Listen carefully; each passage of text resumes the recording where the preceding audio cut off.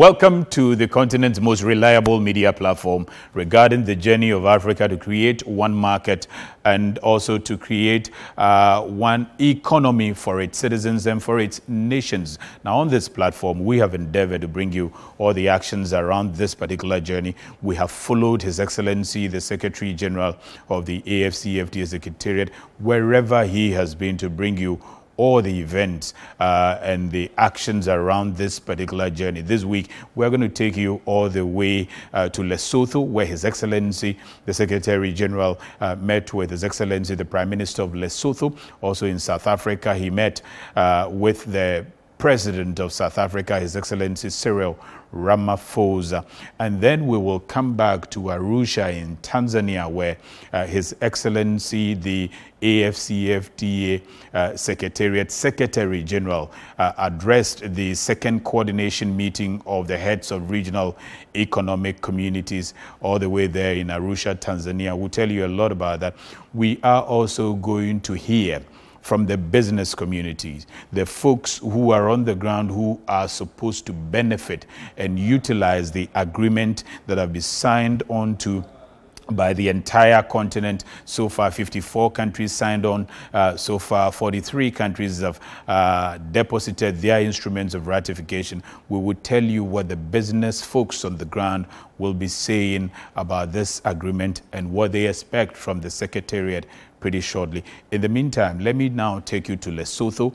We go to South Africa, and we come back to Arusha in Tanzania. The Secretary General of the AfCFTA Secretariat, His Excellency Wamkele Mene, addressed the second regional coordination meeting of heads of regional economic communities, RECs, on the implementation of the African Continental Free Trade Area in Arusha, Tanzania. He emphasized that the Secretariat aims to commence commercially meaningful trading under the AfCFTA very soon. This challenge of implementing the AfCFTA is all of us. It is a challenge of all of us, the regional economic communities, the Secretariat, as well as the private sector. Those who came before us, they played their role. They liberated our continent, including in 1994 in South Africa with the defeat of apartheid. Now it is up to us to continue the journey that they started. The Minister of Foreign Affairs and East African Cooperation of the United Republic of Tanzania urged Africans to connect their infrastructure in order to effectively trade among themselves. So we need to take this as a package. It's not either or. For us to succeed and be able to achieve the vision of the Africa we want, without connectivity, we'll be talking. It took us years, almost 10 years, to get where we are with the free trade areas. For some of us, we are on the 11th hour, but we want to leave behind a legacy that we made it, and we can do it. We have all what it takes in our continent. Earlier, the Secretary General of the AfCFTA Secretariat met with the Prime Minister of Lesotho and thanked him for the country's contributions towards the AfCFTA implementation. Of course, this is in the long term. It's not going to happen overnight. It will take some time, but we are committed to working together with the government of Lesotho, of the Kingdom of Lesotho, to make sure that Lesotho sees the benefit of this agreement. And so, to the extent that in some of the priority areas that Lesotho is already exporting, for example, under AGOA, this offers yet another market for export into the rest of the continent. The Secretary General of the AfCFTA Secretariat then called on the President of South Africa to brief him on the status of the AfCFTA implementation and expressed appreciation for his support thus far. It has been very, very busy. As you can see, almost every country across the continent of Africa, he is busily engaging and meeting and also preparing the minds of the continent and its citizens towards a commercially meaningful trading that we are all hoping to see start in this particular year and as soon as possible. And we will endeavor to bring you all the actions wherever he finds himself or wherever actions are being taken as far as this journey is concerned. However, this week, we are also going to go on the ground to speak to the business people, those who are supposed to be beneficiaries and those who are supposed to utilize this agreement proper and for their benefit and for the benefit of the entire continent. Chartered Institute of Logistics and Transport, a very, very important institute that is supposed to drive and organize logistics and transport and supply chain and all of that. Now, I spoke with the global president, who incidentally is a Ghanaian for the first time, an African, about what the Chartered Institute of Logistics and Transport, as well as the supply chain industry, make of the AfCFTA. What have they been seeing so far? What do they expect from the AfCFTA? I also spoke with the youth wing of the Chartered Institute of Logistics and Transport and Supply Chain to find out from them, as young professionals, youth wing of the Chartered Institute of Logistics and Transport, what do they expect from the AfCFTA? Let me go to the youth wing first, and then we will come back to the global president. We've identified a number of areas within ourselves as young people, areas that we can develop to ourselves to enhance our skills in order to take opportunity of the biggest economy that we can find within the continent.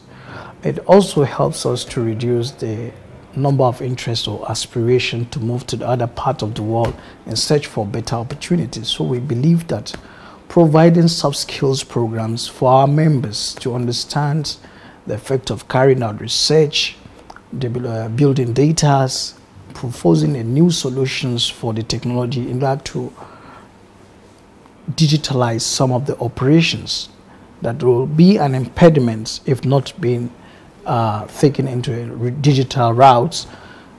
These are areas that next generations are playing a key role in trying to see that the AfCFTA is a reality in Africa. So looking at Nigeria as an example, we have encouraged our members to come up with solutions that is affecting the country, continent as a whole. So most of the solutions that we have within the countries look at a solution that can relate to Ghana, Cameroon, and the rest of other countries. In particular, we look at a project that is currently ongoing with the One Port 365, and One Port 365. Yeah.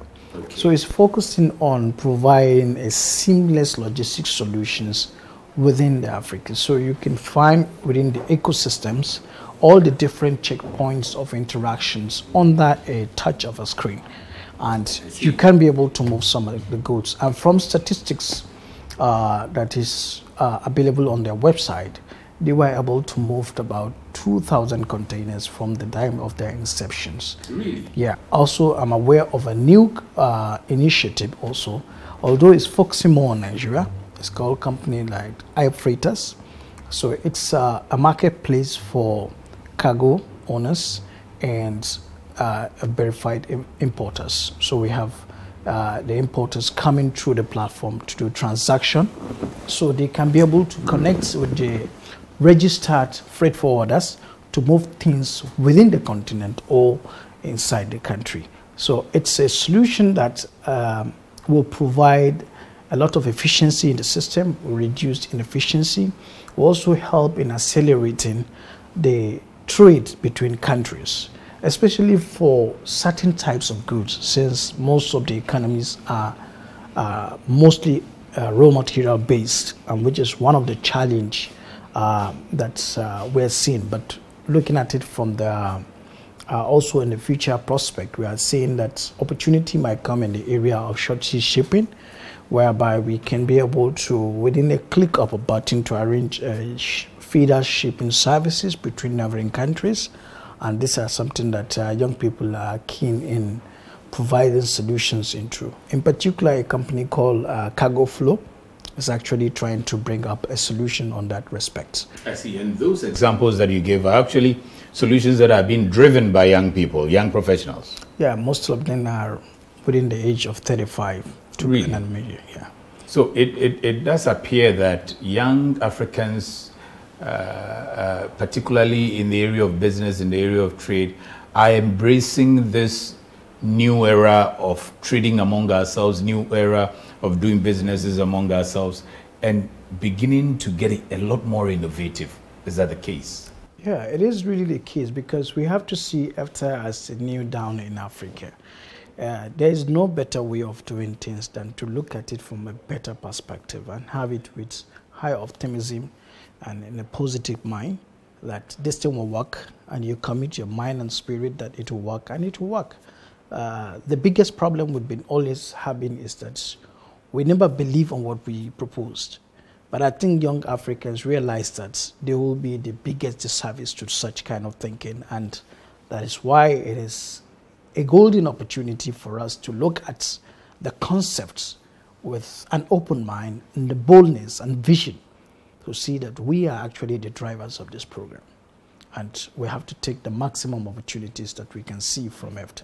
What do you expect as a young professional, the Vice President Global of a very reputable institution like the CILT, from the AfCFTA, from the implementers of the AfCFTA, that can position yourself, your organization, and the people within your professional body to be able to take advantage of this whole continental drive to combine our economy? From the perspective of involvement of youth in the Africa Continental Free Trade Agreements, I think we have many avenues to explore. One of the great avenues is education. I've always said that you give a child education, he can be able to do mighty things. So the FTA need to put a structure of how they can come up with a scheme, a soft skills programs that are mostly entrepreneurial driven for young Africans to come and partake into such, and those skills can model to fashion in identifying different businesses and soft skills that can apply in different countries and how young people can key into it. Another area that we can see is technology. I've always said without data you cannot do anything. And purely if you look at most of the statistics that's been published either at the World Bank and others, they're not coming from Africa, they're coming externally. So we need to train Africans to be able to take our own statistics and believe in our own statistics, because we will be better off to be able to get the real estimates of what is the reality in our own environment, and it will make a true reflection. So with those kind of statistics, it will help government to interpret a lot of policy. Another area will be on issues of awareness and advocacy. Young people are innovative, they can go to social media, they can go to a number of things, and they can use a lot of social media platforms to be able to market products and services across the border. And this is something that the vision of AfCFTA hope to achieve, and these are areas that young people can be part of it. So I encourage also AfCFTA committees to also look at the involvement of young people in most of their deliberations, so they are acquainted with the proceedings and things that are happening within the industries, and they can be able to fit in within the cycle, and in the future they can effectively take the succession planning goal. Yeah, but look at the environment around Nigeria, and look at the environment around your group of people. Do you feel the AfCFTA among particularly young professionals within Nigeria and within the group that you for instance, lead? Well, one practical example I want to give you is that in the CILT Next Generation, we have a program called the mentoring program. So we call them Catch Them Young. So in the program now, what we did try to achieve is that we moved mentoring from purely country-based to cross-country. Now, your mentor will likely be in South Africa if you're in Ghana, not necessarily going to be a Ghanaian who is in Ghana. So we identify a logistician who is in South Africa to give you mentoring so that you can be acquainted with practices in South Africa. So if you have a business to extend, it's quite very easy. And that goes across board to different countries that we have membership on. Oh, within the continent of Africa. Within the continent of That's Africa. That's a great initiative. Yeah. And that means that you are connecting already as a body, as an institution. Yes. Good. And to what extent do you think that position you and the young people of the continent to take over the future in terms of your trade, for instance? I've been mentored by the president-elect, Chief Titi, and throughout the period of our time, our mentoring has evolved to more personal relationship and guidance and counselings and areas of motivation. And he keyed me into a number of areas where trade negotiations are taking place or policy drafting is required. So I've been encouraged, I've been inspired, I contribute, and I think similar other ones that we have from the other countries are also doing the same vision, and they are projecting most of the young people to be able to contribute to their own society through that way. So through that, I have a network of friends in Ghana who are doing business. My friends in Senegal may have 1 or 2 products that he wants to get to Nigeria. Maybe an orange in Senegal can find its way in Nigeria through me. So we have to take opportunity of the relationship that we establish with different groups of our colleagues and brothers from other countries and be able to exchange what we have in between, because that is the way the trade moves. I spent some part of my life in Europe, and I spent some part of my life in Australia, and comparing some of the practices I see, you can actually improve trade a lot when you communicate with your own colleagues. And that is the one thing that we have to be very effective at, communicating things and believing that those things are actually true. So a lot of expectations from the agreement, the Continental Free Trade Agreement, coming from the young professionals who are already involved in trading, supply chain, logistics and transport. Now that was the Vice President of the Chartered Institute of Logistics and Transport globally. Under the youth wing of the Chartered Institute of Transport and Logistics. And that's what they believe, that a lot needs to be done. Education, a lot of advocacy needs to go on for them to understand. However, a lot of them have already started doing things, as you heard. And that's why we always encourage you not to sit aloof.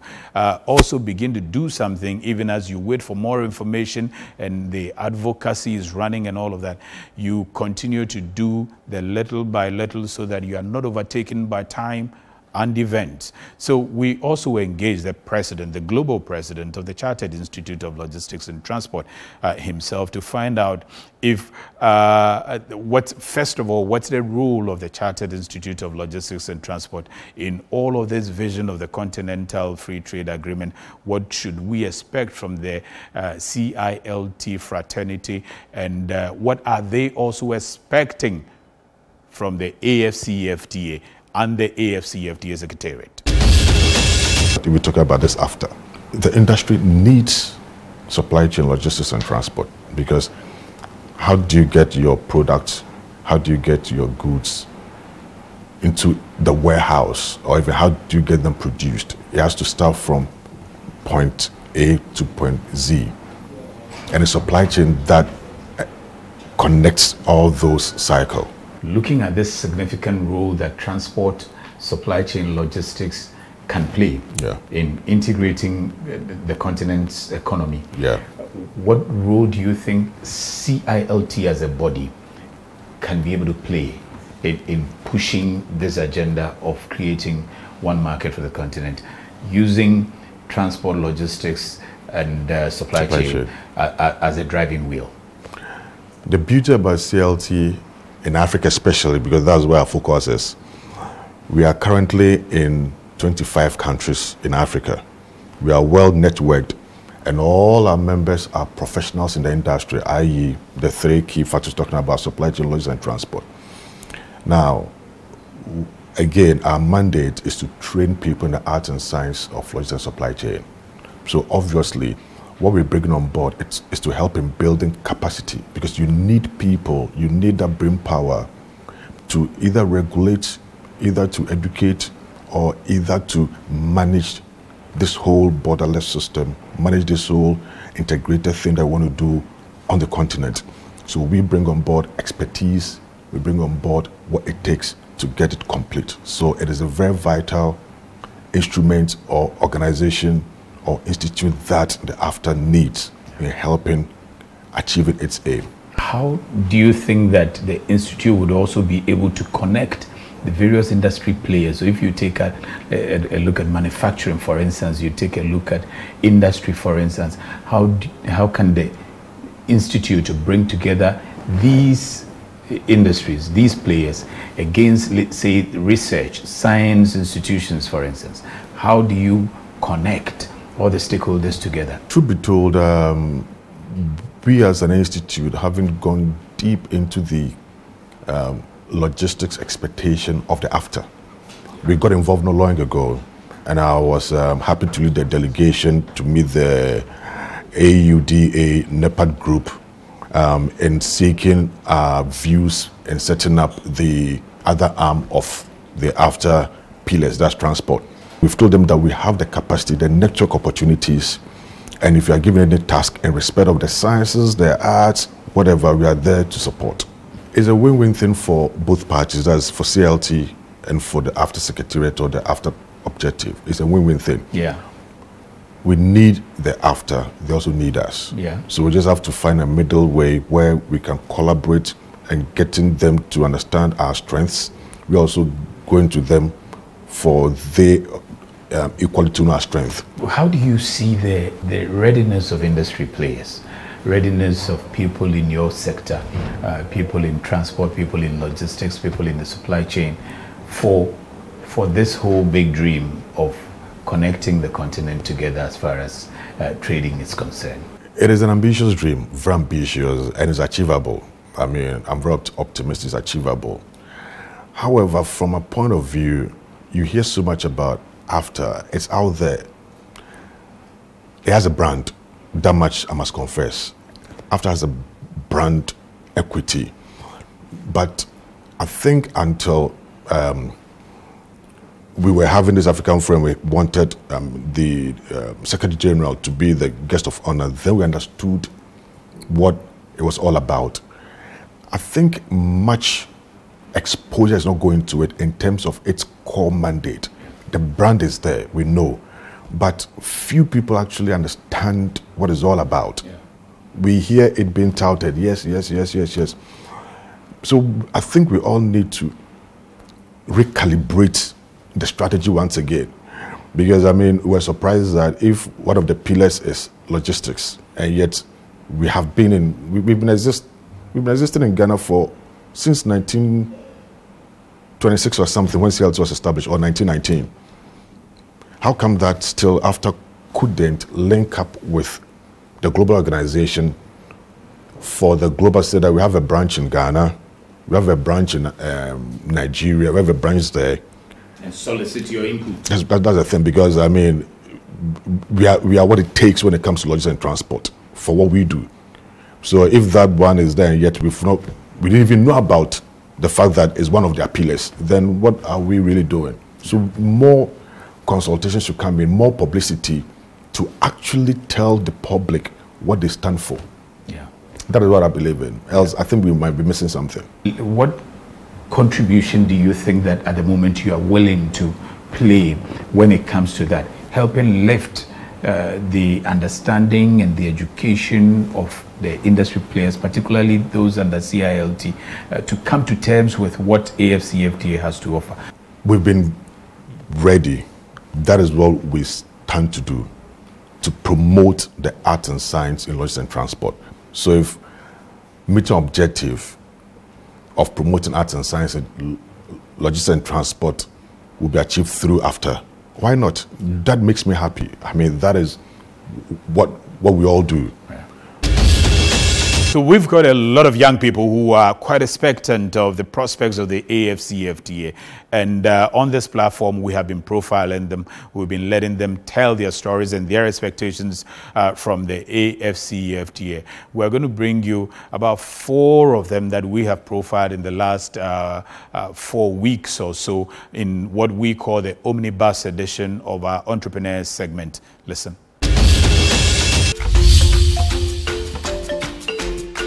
My name is Joao Wilson, a product of Kwame Nkrumah University of Science and Technology. I'm a shoemaker. I started this job during 2007 on campus. After my national service, I decided to go into it full time. I decided to change the kind of work that we do here in Africa, but I decided to try other products that's using African prints and then jute.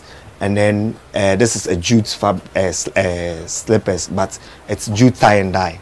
I also do bags. I make sure the bags are not just African print bags. They are lined. So when it's dirty, you can wash it. We have a notion that sometimes what is made in Africa, or it's not very durable or to the top, but trust me, these days, artisans in Africa are doing very well. So you see from the stitches and the finishing, I make sure the finishing and everything is very neat. Sometimes when I want to sell to someone outside the country, I think it would be better if we have a platform that we can just buy something from there and then it can just go to other countries without you going through the stress of paying huge duties to post something to someone outside our borders. With the introduction of AfCFTA in Africa, I think it's going to help us as businessmen and young entrepreneurs to expand and also to push our products further, because it's going to take all the limitation in our business.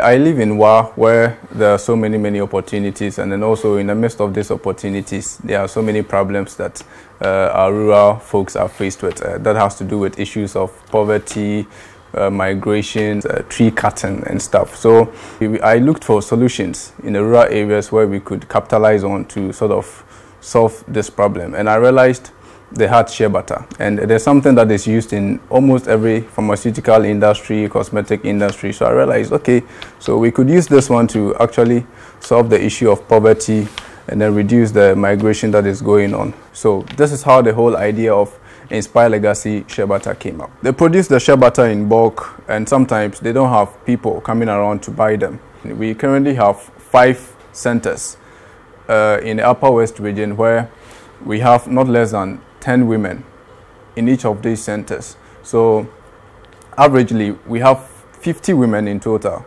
We have people from Kenya, we have people from Botswana reaching out, and you could see that this is something that is very much needed in other African countries because they do not have it. So the demand has been there. First time I heard about AfCFTA, I was so amazed. I was like, wow, this is very interesting. This is something that would really help us, especially with the calls we are getting from other African countries. I was wondering, how do we get this to other African countries, especially with the cost of duty, the stress you're going to go through. So AfCFTA is going to help us. AfCFTA it came at a point where we really needed it. My name is Loki Bremer. Actually, this work is God's gift. The work is feeding me and my son and my daughter. I want to train boys. I don't want this work, when I'm no more, this work will be in vain. I want to train them for boys to get benefit for me. I want to send this goods for outsiders to also see for different countries, because most of my customers, outsiders, American, London, those people, they came to me, they say I have a good quality art.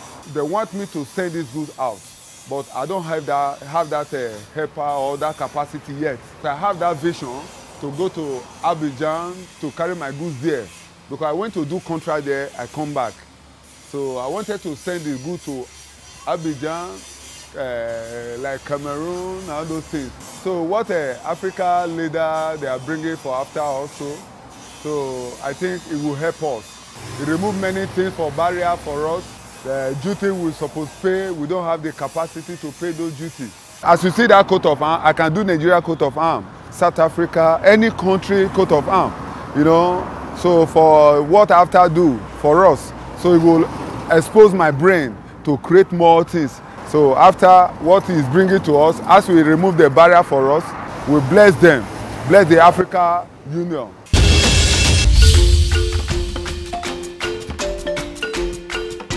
I'm particular about telling the African story from a place of strength.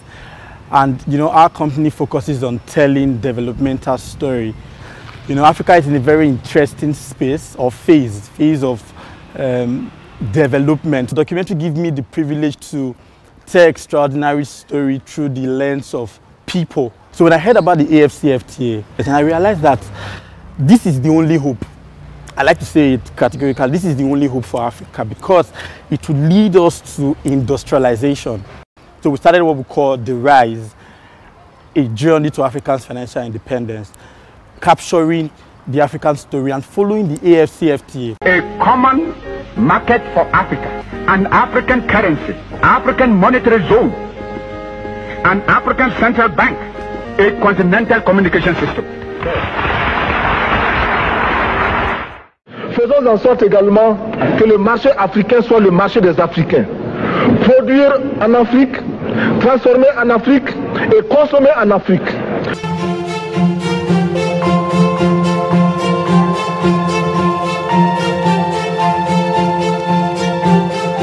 We know that if the AfCFTA succeeds, the ordinary man in Africa succeeds. So this is an opportunity for us to take responsibility, so to speak, to start making what we eat, making what we wear, and so that's why I am pushed every day to keep this thing going, because I see the enormous opportunities that is within the AfCFTA. And there's one fundamental thing that I always say: the AfCFTA is a pillar for unity. When we begin to go to these African countries, we begin to learn firsthand what their culture is.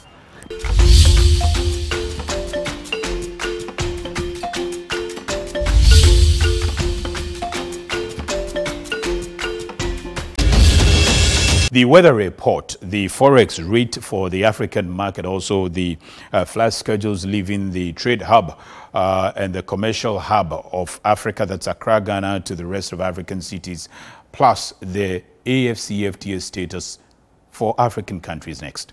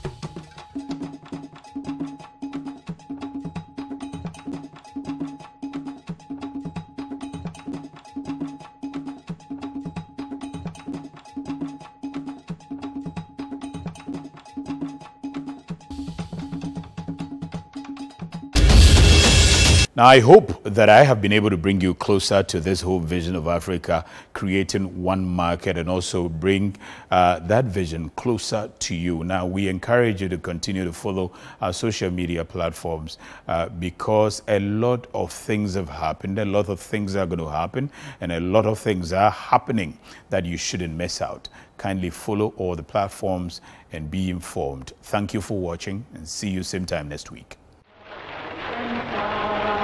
There's a African righteousness in the name of great Africa. It's the fight and conquer now. Forever.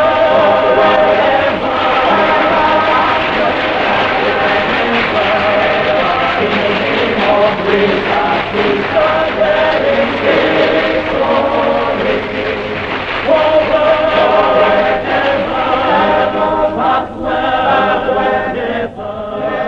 In the name of great Africa.